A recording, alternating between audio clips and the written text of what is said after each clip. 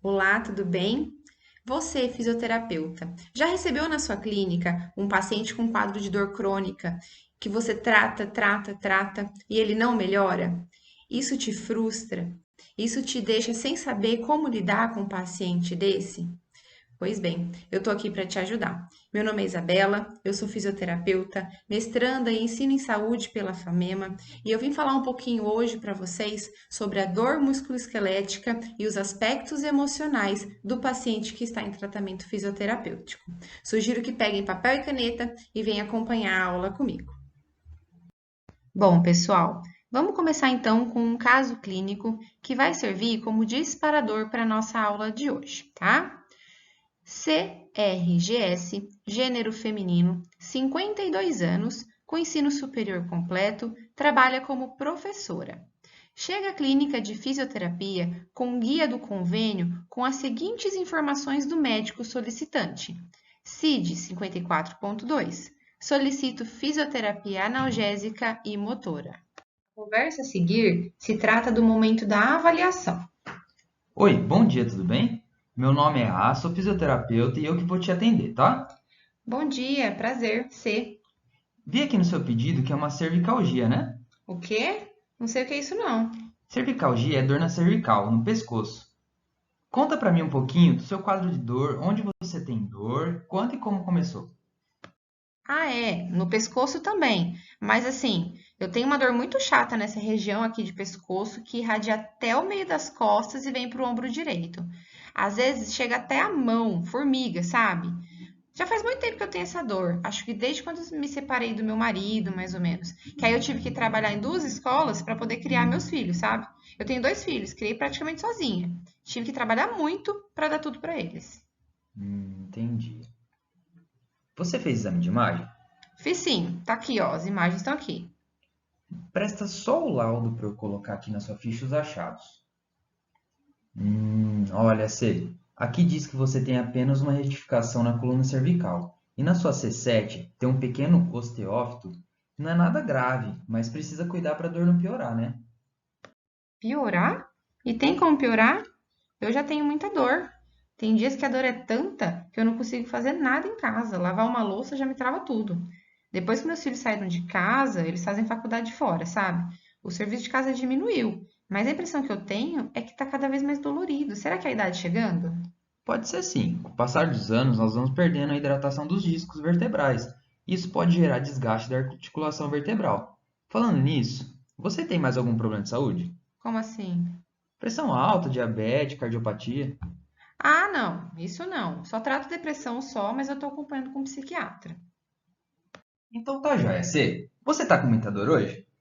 Olha, agora nesse momento não, é mais no final do dia, sabe? Percebo que no final do meu turno de trabalho, nossa, tá tudo rígido, meu ombro queima.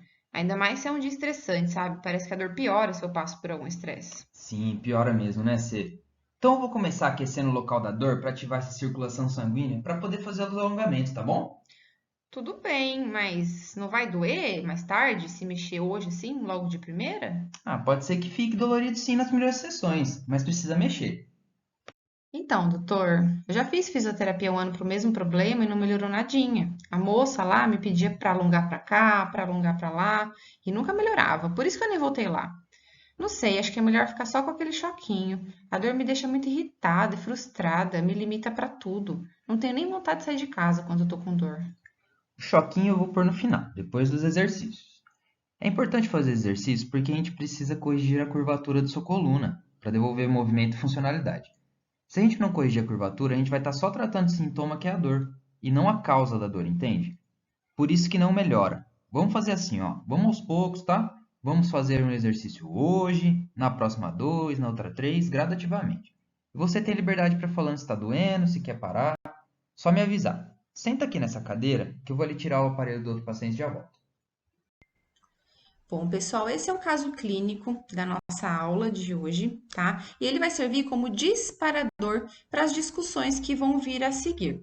Sugiro que vocês voltem agora a esse caso clínico com mais atenção, com mais calma, e vocês possam fazer alguns apontamentos em cima do caso clínico. tá? Então, sugiro que vocês olhem para algum termo ou alguma nomenclatura que vocês desconhecem, se tem alguma fala ou alguma conduta do fisioterapeuta, do paciente que te chamou a atenção por algum motivo. Pode ser até alguma fala que você não concorde, tá bom? O porquê você não concorda e como você faria diferente também é importante, né? Você pensar e refletir sobre isso. Se tem algo nessa conversa aí que te gerou dúvida, também é importante você fazer esse apontamento. E se você tem algum tema ou algum assunto que você gostaria de trazer para discussão, tá? Sugiro também que vocês olhem com carinho para informações que estão por trás de algumas falas dessa paciente, tá? Ela traz em algumas falas os aspectos emocionais e gostaria que vocês olhassem com carinho para tentar entender a relação da dor dessa paciente com os aspectos emocionais, que é o carro-chefe aqui da nossa aula de hoje, da nossa discussão. Tá ok? Então, voltem lá com mais calma, com mais carinho e a gente segue a discussão já já. Bom, então, para começar aqui nossa discussão sobre esse tema, eu trouxe a definição da International Association for the Study of Pain. Ela diz que a dor é uma experiência sensorial e emocional desagradável associada ou semelhante à associada a danos materiais reais ou potenciais dos tecidos. Essa é a definição mais aceita e mais difundida mundialmente, mas atualmente ela tem passado por algumas discussões entre os estudiosos, porque eles afirmam que essa definição ela traz muito pouco sobre os aspectos emocionais e os aspectos cognitivos que estão relacionados no quadro de dor, né? A dor ela é multidimensional, ou seja, ela raramente vai afetar apenas uma dimensão, né? Estudos afirmam que a dor ela apresenta a dimensão sensorial, que é referente às lesões mesmo, né, dos tecidos ali no corpo físico, onde nós temos o tipo, a intensidade e a duração da dor. Temos a dimensão emocional, que envolve então os sentimentos como raiva, frustração, relacionados com o incômodo, né, do ataque da dor. E a dimensão cognitiva avaliativa, que se refere ao pensamento crítico, como o raciocínio, memória e a tomada de decisões baseado nas experiências de dor que esse indivíduo já teve, né? Então, quando eles escolhem, por exemplo, alguma estratégia de alívio de dor. É importante também a gente levar em consideração os aspectos sociais desses indivíduos que sofrem de dor, né? Então, os aspectos que envolvem a atividade ocupacional, o nível educacional, o estilo de vida desse indivíduo também é muito importante.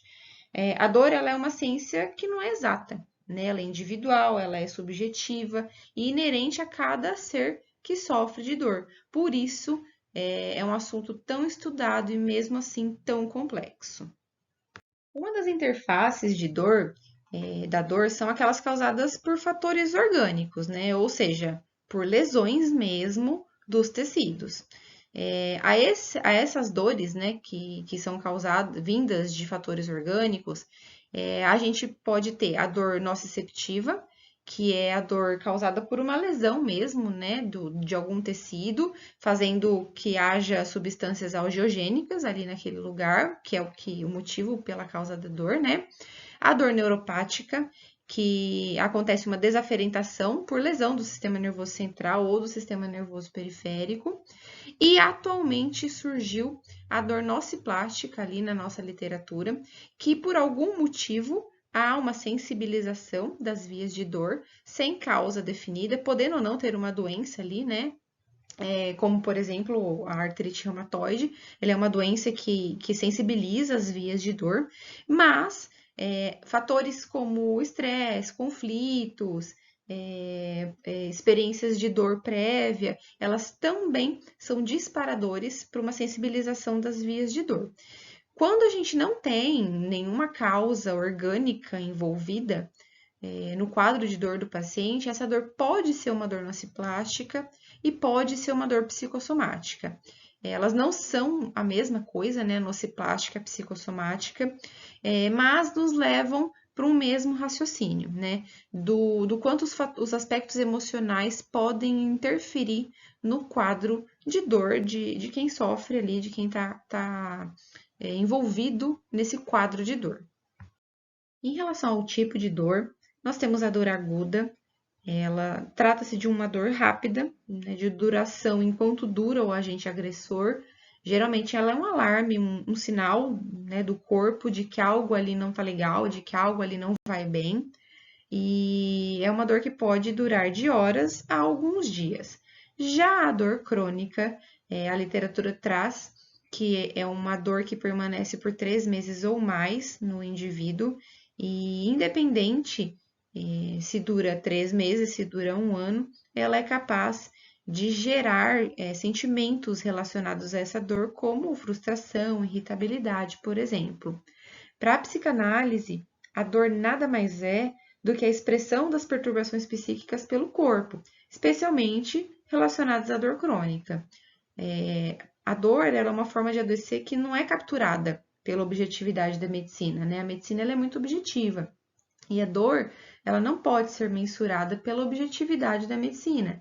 Então, o Freud foi o primeiro estudioso a trazer nos estudos dele a relação corpo e mente, o quanto isso é complexo e o quanto a mente exerce sim um papel no corpo físico. Então, para a psicanálise, por exemplo, quando a gente passa por algum acontecimento que gerou algum trauma, um conflito familiar, por exemplo, se a gente não é capaz de lidar com aquelas situações através dos nossos recursos mesmos, psíquicos, né? Isso pode gerar alguma doença pelo excesso, né, de estimulação ali que desorganiza as funções do corpo. E a dor crônica é desse tipo de doença, porque uma coisa é a gente ter dor, outra coisa é nós sofrermos de dor, né? Então, essas alterações comportamentais e psíquicas são representações, né, da nossa própria dificuldade de lidar com algumas situações, e isso acaba vazando, entre aspas, para o corpo físico. Agora, em relação à fisiologia da dor, se nós buscarmos, né, na literatura, na história sobre a dor, as teorias que envolvem a dor, nós vamos encontrar ali basicamente 3 teorias, né? Uma das teorias mais aceitas, mais claras e transparentes e mais aceitas mundialmente é a teoria das comportas. Inclusive, ela é a teoria que nós estudamos na nossa graduação para o conhecimento, por exemplo, do uso do TENS, né? E o raciocínio aqui em relação aos aspectos emocionais é basicamente o mesmo, né? Melzack e Wall foram os estudiosos que trouxeram, né, à tona a teoria das comportas ou a teoria dos portões. Então, eles descobriram como os estímulos dolorosos eram capazes de chegar do sistema nervoso periférico até o sistema nervoso central. E eles mesmo, inclusive, né, depois no segundo estudo, eles trazem que os aspectos emocionais são capazes de abrir e fechar o portão. Então, por exemplo, situações de bom humor, quando a pessoa está relaxada, as respirações, né, controladas, ali concentradas, são capazes de fechar o portão para o estímulo doloroso, não impede que o estímulo doloroso chegue. E situações como estresse, medos e pensamentos negativos abrem o portão da dor, facilitando então a passagem da dor até o cérebro. Bom, vou elucidar aqui um pouquinho para vocês agora como os aspectos emocionais podem estar relacionados ao quadro de dor da pessoa que chega até nós, profissionais da saúde, tá? A primeira coisa que a gente precisa levar em consideração é a percepção da dor. Se o nosso paciente, ele percebe a relação da dor com algum aspecto emocional da vivência dele e como ele percebe isso, qual o tamanho que ele dá para isso. A percepção da dor que o paciente vai atribuir ao sofrimento dele está diretamente ligado ao significado e ao tamanho que ele dá para essa dor. Então, vamos supor que você possa inserir ali na sua anamnese, no momento da avaliação, inserir alguma pergunta de aspecto emocional. Então, por exemplo, Fulano, você relaciona seu quadro de dor a algum momento difícil ou complicado que você viveu ou que você está vivendo? Dependendo da resposta do seu paciente, você vai ter essa dimensão do significado e do tamanho que ele dá para essa dor. Vamos supor que ele te responda: não, acredito que não tenha relação nenhuma, porque aqui eu machuquei mesmo, né? Eu estava passeando com a cachorra puxou e eu lesionei o ombro. Você percebe que ele não relaciona a aspecto emocional nenhum, apesar de poder ter, tá? Mais para frente, durante conforme for passando as sessões, isso é possível de ir aparecendo. Mas no momento da anamnese, você percebe que a dor dele, ele percebe como pontual ali a lesão. Mas vamos supor que esse paciente te responda igual a nossa paciente do caso clínico, né? Ela respondeu que ela percebe que o início do quadro dela veio junto ali com o conflito familiar da separação do marido. Então, nós fisioterapeutas somos capazes de identificar como esse paciente percebe a dor e se isso está relacionado a algum aspecto emocional. Por que isso é importante da gente saber? Quando a gente, né, questiona a percepção do paciente, muitos deles vão relatar, por exemplo, o estresse. É um dos mais relatados pelos pacientes, né? O estresse, o fator estressante, ele vai fazer o nosso sistema nervoso autônomo liberar hormônios como o cortisol, por exemplo, que é responsável pelo aumento da sensação de dor.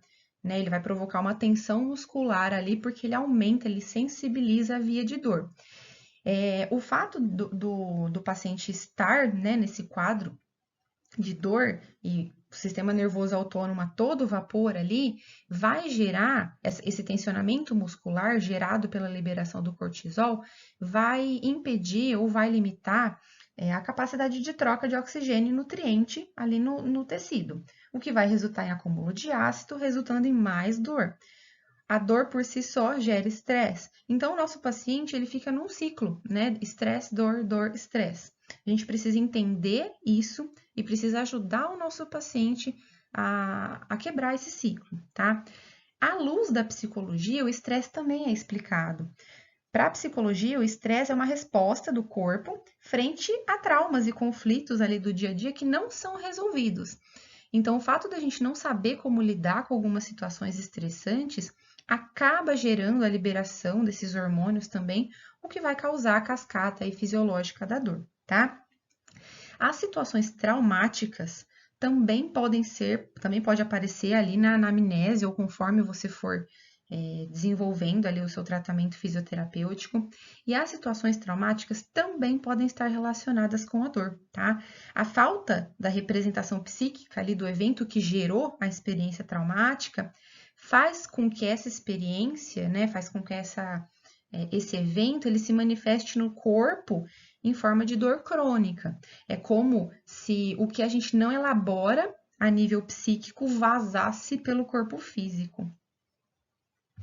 Então, a maioria desses pacientes que são capazes, né, de perceber a relação da dor e dos aspectos emocionais, eles compreendem essa relação e eles esperam isso do profissional que vai tratá-lo, tá? Essa percepção desse paciente, ele vai trazer para você com outras informações intrínsecas também. No nosso caso clínico, quando o fisioterapeuta ele propõe para nossa paciente, né, ó, vamos alongar aqui, vamos aquecer para poder alongar, logo em seguida vem uma fala dela que traz um receio, um medo. Esse paciente com quadro de dor crônica, ele traz para a sessão de fisioterapia o medo de sentir a dor, porque ele vive buscando estratégias para se esquivar da dor e vive buscando sinais de detecção, né, de que a dor vai aparecer ali. Então, isso por si só já acaba tensionando o corpo todo. Isso aumenta o quadro de dor dele, tá? Então, querendo ou não, ele vai trazer para você aspectos emocionais que não pode, às vezes não vai ser falado claramente por ele, mas existem as informações intrínsecas ali de algumas falas, de algumas situações que, sabendo disso, né, você pode nortear melhor o seu tratamento fisioterapêutico, tá? A representação psíquica do indivíduo, ela precisa ser levada em consideração, porque ela é inerente à pessoa. você trata de pessoas, você não trata de lesões, de sintomas. Então, não adianta, né, a gente achar que a gente vai tratar um manguito rotador, uma cervicalgia, que é o quadro do nosso caso clínico. Nós vamos tratar uma pessoa que vai trazer todos os aspectos emocionais ali para nós, tá bom? Um outro fator estressante também é a tentativa de tratamentos ineficazes, né? A nossa paciente aí do caso clínico, ela relata que ela já fez fisioterapia em outro lugar e como não melhorou, esse é o motivo pelo qual ela não voltou, ela trocou de clínica. Então, sabendo que ela já fez 1 ano de fisioterapia e não melhorou, isso também é um sinal pra gente, né? Porque, muito provavelmente, não foi por técnicas inadequadas, foi porque não foi olhado de uma maneira, né, integral ali para essa paciente, tá? A dor, gente, ela também vai gerar sentimentos como frustração, irritabilidade, desânimo, a limitação que a dor causa, né, trazendo a impotência e a tristeza. Então, a gente percebe uma via de mão dupla: os aspectos emocionais que estão relacionados à dor e o que a dor gera de aspectos emocionais, tá? Então, a gente precisa também tentar entender, compreender como o nosso paciente percebe a via contrária aí do sentido aí da dor, tá? E uma outra coisa também que aparece muito nos pacientes que chegam até nós é a relação desse cuidado medicalizante, né, que quer tudo para ontem, que quer que tudo seja muito fácil, parte muitas vezes do próprio paciente, né? A gente até procura ali oferecer algumas soluções para o nosso paciente, mas ele quer o que é mais rápido, o que é mais prático. Então, vem ali o uso do remédio, né? Ah, eu tomo remédio e tô sem dor. E não é que tratou, né? É porque a gente se livrou do sintoma momentaneamente. Então, perceber se o seu paciente está nesse ciclo, né, medicalizante também é muito importante para direcionar melhor o seu tratamento fisioterapêutico. Bom, sabendo então que existe, né, a relação da dor e dos aspectos emocionais, a gente precisa encontrar qual é a atuação do fisioterapeuta neste âmbito. Primeira coisa que a gente precisa aí entender e compreender o que o nosso paciente ele quer quando ele busca o serviço de fisioterapia. Claro que ele quer o alívio da dor física e, de tabela, o alívio do sofrimento emocional que essa dor causa a ele. Por trás do diagnóstico da doença desse paciente, né, que está representada no corpo físico, esse paciente ele chega também com um sofrimento emocional. Nós já vimos isso, né? Esse sofrimento que ele traz, ele pode ser além da convivência com a dor, que a gente já viu ali que gera os fatores estressantes, pode trazer também a questão do medo, das expectativas do momento, né, que ele está vivendo ali, que ele não sabe direito o que vai acontecer com ele, e ele se vê fragilizado, porque ele precisa se render ao papel de estar doente, né? Ele precisa entregar o corpo dele a uma outra pessoa, para uma outra pessoa cuidar. Por outro lado, o que o fisioterapeuta quer? O fisioterapeuta ele quer aliviar a dor física desse paciente e devolver para ele a qualidade de vida. Fica aí uma lacuna. Vocês percebem que talvez não seja do interesse do fisioterapeuta aliviar o sofrimento emocional que essa dor causa a ele.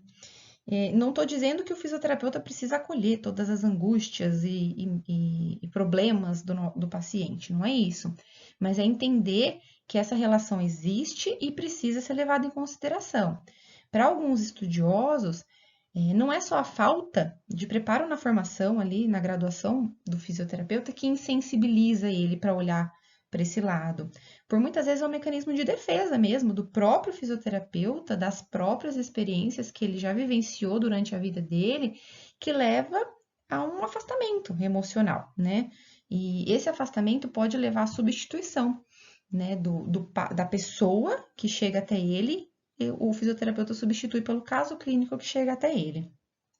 Existe ali uma assimetria, todos querem chegar no mesmo ponto, né, que é o alívio de dor. Mas para chegar nesse ponto, vários obstáculos têm ali no meio do caminho que precisam ser levados em consideração. Em relação à qualidade de vida, que é o que o fisioterapeuta busca, a gente precisa pensar muito o que esse paciente tem como qualidade de vida. Às vezes, o que é qualidade de vida para mim não é qualidade de vida para você.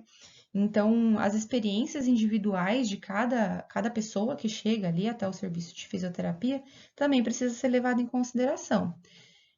Já é fato, em diversos estudos na literatura, eles afirmam que a maioria dos pacientes que passam em tratamento fisioterapêutico tem sim melhora significativa da qualidade de vida, né? Quando a gente aplica ali os questionários de qualidade de vida que tem validados na literatura. Porém, esses questionários ainda são muito insuficientes em relação à avaliação do aspecto emocional, né? Um estudo muito interessante de Gosling, ali de 2013, ele estudou, né, em que âmbito os pacientes melhoram dentro do tratamento fisioterapêutico. E ele traz que 30% dos pacientes, eles apresentam uma melhora do quadro apenas com técnicas passivas, de eletroterapia e de técnicas manuais, né, por exemplo. Então, o que que isso traz para a gente? Que às vezes só pelo fato do paciente estar sendo cuidado, estar sendo olhado, né, dependendo de como esse fisioterapeuta aborda esse paciente com otimismo, com atenção, o que ele vai fazer com esse quadro de dor do paciente, né, emocionalmente falando, é fator primordial para a melhora da qualidade de vida dessa pessoa que chega até o serviço. Então, para que essa relação aconteça, a gente precisa conversar um pouquinho sobre a criação de vínculo. O vínculo, ele é conceituado na literatura como um agente facilitador da relação, podendo favorecer o conhecimento das reais necessidades de saúde dos pacientes e promover ações conjuntas ali de cuidado. É, Nessa aula, a gente vai abordar especificamente como que essa criação de vínculo pode ser feita, né, aqui nesse caso, entre fisioterapeuta e paciente. Então, vamos usar como exemplo a progressão de um exercício. Né? Seu paciente está ali fazendo alguns exercícios tal, e você decide que é hora de progredir, é hora de colocar um peso a mais, por exemplo. A partir do momento que você sugere para esse paciente, né, que ele vai fazer uma progressão ali de um dos exercícios, o paciente ele pode encarar esse momento como um avanço ali no tratamento, mas ele também pode ver nessa situação uma chance de falhar. E essa linha é muito tênue, né? Nós fisioterapeutas, a gente precisa estar preparado para a reação desse paciente. A reação desse paciente vai falar para a gente muita coisa, né? Então, o fisioterapeuta poder olhar para esses aspectos que envolvem até mesmo a progressão de um exercício, vai fazendo com que naturalmente vá surgindo, né, a relação de vínculo, e essa relação ela vai se fortalecendo. Isso vai criando um cuidado para além da criação de vínculo. E, de novo, não estou querendo dizer que você vai sair fim de semana com seu paciente, sair. Isso já é uma relação de amizade. O que eu estou querendo aqui dizer para vocês é que a criação de vínculo, que por muitas vezes ela é vista como proibida ou prejudicial, ela é muito importante, né? É necessário que estejam envolvidas em condutas como essa do nosso exemplo, intenções, sentimentos, significados. Então, convido vocês aqui agora para lembrar lá do nosso caso clínico, lá da nossa paciente. Quando o fisioterapeuta ele sugere, né, ó, senta aqui que eu vou colocar a luz para a gente poder alongar, e ela traz ali, né, meu Deus, mas vai mexer hoje, sim, logo de primeira, ela traz ali o medo, a expectativa de ter que confiar seu corpo, seu sofrimento a uma outra pessoa, uma pessoa que ela acabou de conhecer, né? E então é preciso, não tem como, é inerente que a gente olhe para os sentimentos, né, de cada conduta ali, tá? Mas a gente precisa estar muito atento também, porque essa criação de vínculo, às vezes nós fisioterapeutas, né, estamos esperando tanto pela criação de vínculo, porém essa relação ela pode causar um estranhamento para o paciente, né? Ele vai se sentir ali ameaçado. Ele pode utilizar de mecanismos de defesa, como negação, se negar a fazer, né, alguns exercícios, ou se negar, ser contra a sua conduta ali, não permitindo que exista essa relação. E a gente também precisa, né, ter um jogo de cintura e saber a hora exata de uma criação de vínculo, se é que essa vai ser permitida, porque é uma via de mão dupla, né? O percurso ele nem sempre é um acordo ou um consenso, tá? Apesar de ambos quererem chegar ali no mesmo lugar, né? No alívio da dor, no alívio do sintoma, na qualidade de vida, esse percurso ele nem sempre vai ser um consenso ou um acordo. Então, nós fisioterapeutas precisamos ter jogo de cintura, precisamos estar muito presentes ali no tratamento para ir sentindo de cada paciente o que é permitido ou não. Sugiro também que o fisioterapeuta ele seja apto a realizar, por exemplo, falas de reforço de comportamentos adaptativos, deixando aos poucos que esse paciente valorize os comportamentos de dor. Então, quando ele conseguir fazer um exercício e falar assim, nossa, doeu. É lógico que você não vai dar atenção para essa fala dele, mas reforçar em cima dessa fala dele que ele conseguiu fazer, mesmo que seja 5, olha, mas você conseguiu fazer 5 sem dor, olha que interessante. Então, vamos, descansa, vamos trocar de exercício. Na próxima, a gente tenta fazer 6, tudo bem? Então, reforçar esses comportamentos do corpo é muito importante para que esse paciente consiga passar por esse sofrimento, né, que a dor lhe causa de uma maneira um pouco menos intensa. Uma outra dica que eu dou para vocês é que é fundamental dar significado às atividades realizadas na sessão de fisioterapia. Então, por exemplo, o nosso caso clínico, né? Depois que a paciente ali relata que ela tem um medo e tal, o fisioterapeuta ele tentou trazer para ela a importância de realizar o exercício. Se essa paciente aceitou bem ou não, já é outra coisa, né? Mas a partir que ele percebeu ali que ele tinha, que essa paciente tinha um medo, ele tentou explicar para ela o porquê que era importante. Talvez tenha sido técnico demais, é uma outra coisa, né, para que vocês têm que avaliar ali naquela fala. Mas ele tentou trazer para ela ali a importância de fazer aqueles exercícios e fazer o nosso paciente entender o porquê ele está fazendo um determinado exercício, o porquê a gente está colocando tal aparelho nele, é fundamental. A gente traz o paciente como corresponsável do tratamento. Por muitas vezes o paciente chega até nós falando: olha, eu tenho uma dor, toque minha dor, trata ela aí para mim. E não, o paciente ele é sujeito desse processo. Então a gente precisa ir dando significado a essas condutas fisioterapêuticas. Isso garante que o tratamento, dar sentido do tratamento para o paciente, garante que a gente tenha uma evolução melhor, tá bom?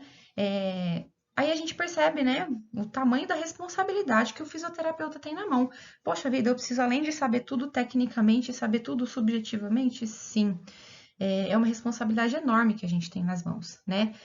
A gente precisa conhecer as subjetividades inerentes ali de cada indivíduo, compreender o que elas podem significar, porque a gente nem sempre vai ter certeza, planejar as ações em cima disso, se preparar para as reações que o nosso paciente vai ter, e dependendo da reação, desplanejar tudo que a gente planejou e planejar novamente. Isso torna-se muito complexo, porque é algo que não é palpável, é algo que a gente não estuda, né? É algo que vai surgindo ali conforme a gente vai se abrindo para esse olhar integral desse paciente. Por isso é tão importante a gente analisar os comportamentos. Os comportamentos do nosso paciente, ele também vai dizer para a gente qual o tamanho que o meu paciente dá à dor dele, o que tem por trás de reações, de falas e de comentários. Isso é muito importante. Pessoal, de nada adianta, né, a gente estudar, se preparar, ter isso em mente, ter isso como norteador do nosso processo de trabalho, se a gente perceber que o paciente ele não quer que nós abordemos questões ali de aspectos emocionais. A gente precisa ter muito jogo de cintura, muito discernimento para decidir se a gente vai ou não abordar essas questões com os nossos pacientes. Muitos pacientes relatam que é sim importante, né, o fisioterapeuta abordar essas questões, porém, à medida que vai se criando o vínculo. Outros pacientes acreditam tanto que haja mesmo nessa relação, que eles comparam até a sessão de fisioterapia com uma sessão de psicoterapia, né? Você, fisioterapeuta, já deve ter ouvido algum paciente seu relatar que a sessão de fisioterapia é a terapia dele, é a terapia do dia. porque ele encontra um profissional ali que vai ouvi-lo, que vai dar atenção para ele. Então, ele acaba comparando aquela sessão de fisioterapia com uma sessão de terapia. Outros pacientes vão, né, acreditam que essa relação não deve existir, que eu tô aqui para tratar o meu pescoço e você resolve que é a dor do meu pescoço e nenhuma relação além disso. Então, a gente precisa ter, né, esse discernimento ali para decidir se a gente vai intervir, como a gente vai intervir, tá? Primeiro, então, a gente precisa ouvir e dar espaço para esse paciente. Isso vai acontecer naturalmente, tá? Conforme os espaços vão sendo abertos ali, tanto o paciente quanto o fisioterapeuta, eles podem olhar as questões emocionais de uma maneira efetiva, tá? Isso, gente, não significa que a gente anula a necessidade dessa pessoa de procurar um atendimento especializado em saúde mental, tá bom? Saber ouvir e dar espaço, identificar que existe essa relação, não significa intervir nessa relação. Intervir que eu digo o que você vai dizer para essa pessoa, o que ela precisa fazer. Muitas vezes a pessoa quer só falar, né? E você oferece uma escuta qualificada. O ouvir esse paciente, a sua intervenção dessa escuta é o encaminhamento, tá? Se você perceber que esse paciente ali se beneficiaria de um acompanhamento de algum profissional da saúde mental, cabe sim você encaminhá-lo para um especialista, tá? Você é fisioterapeuta, costuma encaminhar teu paciente para uma outra especialidade que não médica? Né? A gente é acostumado a encaminhar para um outro profissional, um vascular, um ortopedista, mas para um psicólogo, para um psiquiatra que seja, você costuma encaminhar o seu paciente? É muito difícil, né? A gente enxergar essa relação e muitas vezes a gente fica até com medo de falar para o nosso paciente: ó, por que você não procura um psicólogo? A gente já fica pensando que o nosso paciente vai falar: quem que é esse cara que tá me chamando de louco, né? Então, é uma linha muito tênue e muito delicada, mas nós podemos sim encaminhar nosso paciente, tá? Um estudo muito bacana trouxe quando, por que e como a gente encaminha nosso paciente que está em tratamento fisioterapêutico para o psicólogo, por exemplo, tá? A gente encaminha o nosso paciente quando a gente percebe uma baixa adesão ao tratamento, uma resistência em assumir as responsabilidades com a saúde e quando existe reações emocionais exacerbadas, como culpa, raiva, desesperança, além de indicativos, né, como depressão, ansiedade e até dificuldades de enfrentamento. A gente encaminha um paciente, a gente deve encaminhar para um serviço de saúde mental, porque isso, primeiro, diminui os custos e, segundo, que aumenta demais as chances do tratamento proposto surtir mais efeito e mais rapidamente, né? E aí vocês me perguntam, mas como que eu devo encaminhar? Gente, o encaminhamento, ele deve ser feito juntamente com o paciente. Você não vai escrever numa folha de papel e dar para o seu paciente. Você precisa dar significado para essa procura. Se você explicar para o paciente o porquê você acha, o que você identificou que ele se beneficiaria de acompanhamento da saúde mental, isso torna o paciente mais receptivo a esse seu encaminhamento. E isso vai fazer com que ele procure realmente, né, um profissional. Os pacientes, né, que tendem a ter mais ansiedade ali, eles podem achar que você, fisioterapeuta, não acredita na dor dele, acha que a dor dele é loucura, é da cabeça. E não é essa impressão que a gente tem que passar para ele, né?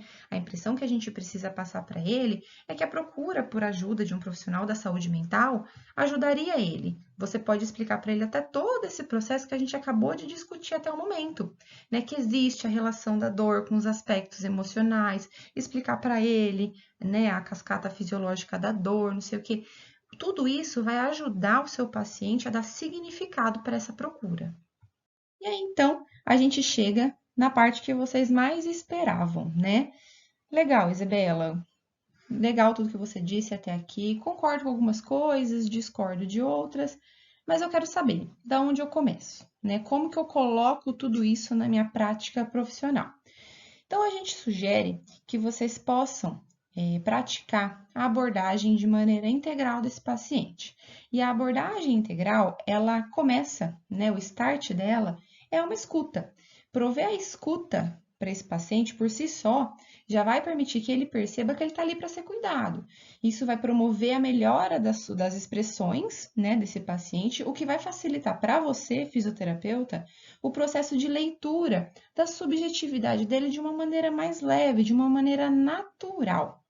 A dor, ela está presente nos mais diversos planos, né? O paciente ele sempre vai verbalizar os seus estados emocionais e de dor conjuntamente. E a gente precisa pegar isso e trazer para a nossa análise. A abordagem integral, a partir do momento que você passa a olhar o físico, o psíquico, o social, o espiritual, o comportamental desse paciente, ele passa para o plano da transdisciplinaridade, tá vendo? A escuta qualificada a esse paciente vai buscar as necessidades reais dele, né? Não o que o exame de imagem trouxe ou que o pedido do médico, né, do nosso caso clínico, o que veio escrito no pedido médico. Isso é muito mais amplo, tá bom? Então, a gente provendo a escuta para esse paciente, a gente consegue iniciar essa abordagem na nossa prática profissional. Juntamente com promover a escuta qualificada, a gente precisa dar espaço para que esse paciente fale, né? Não adianta nada a gente querer escutar e não dar espaço para esse paciente. O que eu quero dizer com isso? Como que vocês podem aplicar isso na prática profissional de vocês, né? A gente sabe que é corrido o atendimento, em alguns casos, né, em algumas clínicas, são mais atendimentos simultâneos com outros profissionais no mesmo espaço ali. Então, acaba sendo muito complicado, por muitas vezes, o paciente se abrir com você. Então, promover ali espaço para que as pessoas falem significa, né, no momento ali da avaliação, você estar numa sala mais reservada, em momentos onde exista feedback, ou ao fim da sessão, né, na hora que você vai levar o seu paciente até a porta, você ir falando com ele ali no corredor de uma maneira mais reservada, para poder dar espaço para que esse paciente faça a troca com você. É através do diálogo que vai acontecer a troca. E é através disso que o profissional pode compreender melhor o sofrimento daquela pessoa e tudo que está envolvido, né? Para o profissional pode ser apenas uma forma de comunicação, mas para o paciente pode ser fator primordial em se tratando de qualidade de atendimento e resolubilidade dos problemas. Esse estudo de 2010 perguntou para os usuários lá do serviço deles o que eles consideravam um bom atendimento, um atendimento de qualidade. E a maioria deles relata que é quando ele pode falar e quando a outra pessoa escuta ele. Então, é algo que é levado em consideração para os pacientes e é algo que vai facilitar a gente evoluir esse tratamento fisioterapêutico do nosso paciente. Enfim, não menos importante, o uso de técnicas que promovam o bem-estar a esse paciente.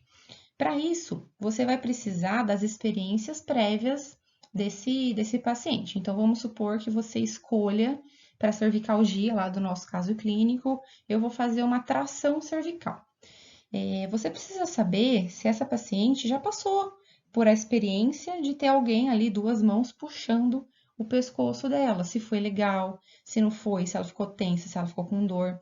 Porque isso vai ser muito importante na hora que você for decidir fazer a técnica nela. Você vai fazer hoje, você vai explicar para ela que você vai fazer diferente, você vai deixar para uma próxima vez. Isso é importante para você ir analisando dia após dia, sessão após sessão, como que o seu paciente ele tá e como que o seu paciente vai ficando em relação à confiança em você, tá bom? Para isso a gente, né, como dito anteriormente, precisa que o paciente expresse seu desejo de realizar, de não realizar. O paciente precisa estar confortável em dizer para você, olha, fisioterapeuta, né, essa técnica outra vez não foi legal comigo. Então ele precisa estar à vontade e precisa estar presente para te dar esse retorno. Técnicas de relaxamento, por exemplo, são muito bacanas de serem colocadas ali na sessão de fisioterapia. Pode ser colocada no final, né? Geralmente é utilizada ali no final, depois dos exercícios para relaxar e tal. Mas ela também pode ser utilizada no início da sessão de fisioterapia. Então vamos supor que é um paciente que chegou ali do trabalho estressado, está com algum problema. Você percebe que a sessão não vai fluir. Você percebe que seu paciente não está ali, né, psiquicamente, ele está corpo, ele não está mente. Então você precisa integrar mente e corpo, que foi o que a gente falou até agora, a aula inteira. O quanto essa integração é importante. E as técnicas de relaxamento podem ser várias, tem diversas aí na literatura. Você vai apresentando uma hoje, outra amanhã, vai, né, pedindo feedback do seu paciente em relação a isso, vai vendo como ele vai ficando, para ir apresentando para ele diversas técnicas de relaxamento para que a gente ajude ele a integrar mente e corpo.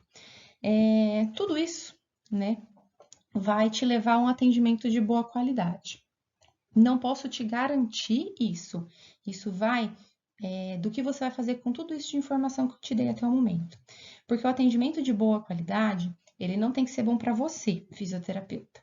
Ele tem que ser bom para o seu paciente. O atendimento de boa qualidade, o que pode ser bom para mim, pode não ser bom para o outro. Então, né, diversos são os critérios, dos técnicos aos menos técnicos, mas o atendimento de boa qualidade, ele vai ser individual, inclusive, de cada paciente. Você pode saber todas as técnicas, você pode dominar todos os conteúdos, mas se você não olhar para aquela pessoa que está ali na sua frente, tudo que você aprendeu, tudo que você leu, de nada vale. Então, é muito importante você enxergar aquela pessoa que está ali na sua frente e conseguir visualizar tudo que ela trouxe para a sessão de fisioterapia. Então, gente, de uma maneira geral, a escolha das técnicas e as condutas que serão realizadas precisam ser pautadas não no tratamento da dor, mas sim da pessoa que sofre de dor. As escolhas das técnicas fisioterapêuticas, elas precisam fazer sentido àquela pessoa que está ali, que trouxe para o tratamento o corpo, a dor, os seus medos, as suas expectativas, as suas crenças, as suas limitações. Aquela pessoa que está ali para atendimento fisioterapêutico, ela traz junto muitas coisas na bagagem. E o que eu quero que vocês, que fique bem claro, que vocês entendam, isso não significa que você vai abrir essa bagagem e vai fuçar em tudo que está ali dentro. Se você perceber que há necessidade, você precisa encaminhar esse paciente a um profissional especialista da área da saúde mental, né? Um psicólogo, um psiquiatra, e esse encaminhamento precisa fazer sentido para esse paciente também, tá joia? Espero que vocês tenham aproveitado a aula, espero que algumas questões, alguns apontamentos que vocês levantaram lá atrás, lá no caso clínico, possam ter sido sanados até aqui. Com certeza, não todos, né? Mas principalmente relacionados à dor e os aspectos emocionais ali que apareceu no nosso caso clínico, a gente pôde discutir um pouquinho junto aqui. Sugiro que as dúvidas que ficaram, né, de termos, de nomenclatura, vocês possam buscar nas bases de dados científicos. Tem muito estudo bom, tem muito estudo bem feito, muito estudo atual sobre o que a gente discutiu, tá joia? E logo em seguida vem as referências aqui, se vocês precisarem. Espero que tenha sido proveitoso, espero que eu possa agregar no processo de trabalho de vocês, na prática profissional de vocês, tá joia? Deixo aqui então meus agradecimentos à CAPES, meus agradecimentos aos professores Paulo e Daniele, que foram meus orientadores no processo do mestrado. A aula que eu expus aqui para vocês hoje é produto da minha dissertação do mestrado. Então, muito obrigada, Paulo, muito obrigada, Dani, por terem me acompanhado até aqui. E agradeço a minha família por todo apoio, por todo carinho, por terem segurado muito a barra até aqui. E, pessoal, deixo aqui meu e-mail de contato, tá bom? De contato profissional. Dúvidas, sugestões, vocês podem me mandar e-mail, tá joia? Estou aberta aí a considerações se vocês quiserem entrar em contato comigo, tá joia?